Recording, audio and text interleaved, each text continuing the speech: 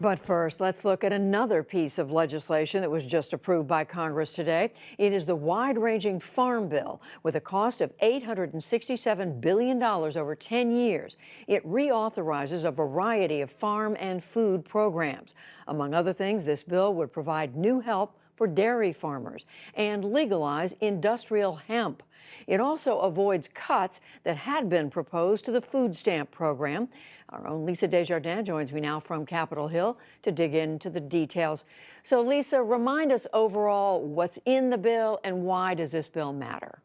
This bill is critical to a large part of America that doesn't necessarily live in cities and towns, but keeps this country fed. There are 2 million farms in this country, Judy, and that number has been decreasing. What's more, farmers in America since 2013 have seen their net income, listen to this, drop by half.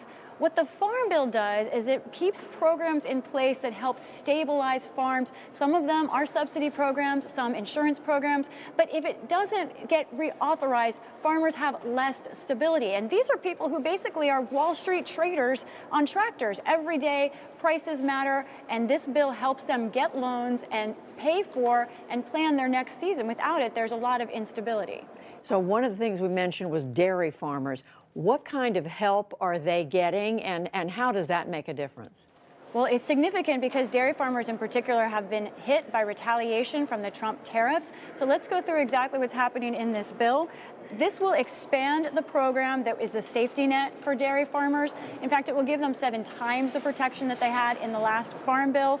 It would allow more farmers to take advantage of that dairy price support. And also, Judy, it's important to note, some conservatives wanted this bill to tackle the idea of subsidy reform. That is not in this bill. That's a bigger conversation. That's one reason people like Iowa's Senator Chuck Grassley voted no. But overall, dairy farmers are some of the bigger winners in this bill.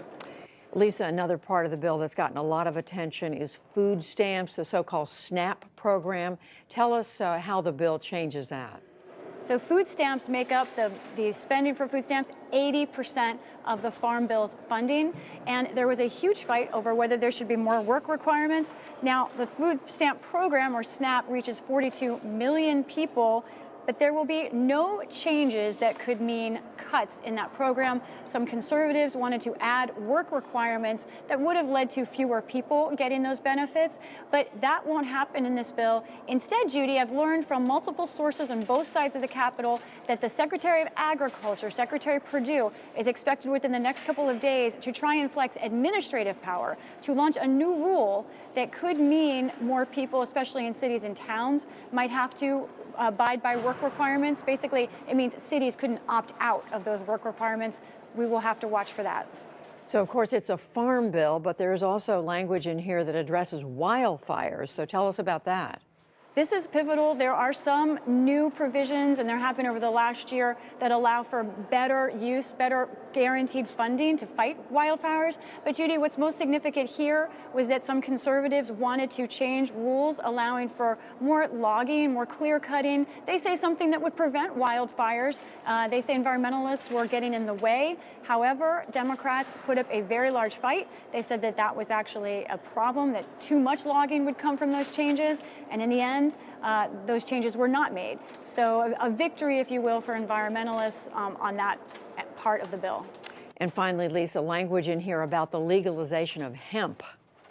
Right, this is a big deal, a potential $20 billion industry. This is happening because Senator Mitch McConnell of Kentucky, a state which has a very large hemp industry, wanted to move hemp from being a controlled substance, which it is now, to not a controlled substance. Judy, quickly, there is an oil that is created from hemp that does not have THC in it, and this is a victory for Mitch McConnell personally and for the hemp industry at large, some of which goes to medical purposes and other things. So it's something to watch very closely. Well, a lot going on inside this farm bill, and we are so glad to have you to help us understand what's there. Lisa Desjardins at the Capitol, thank you.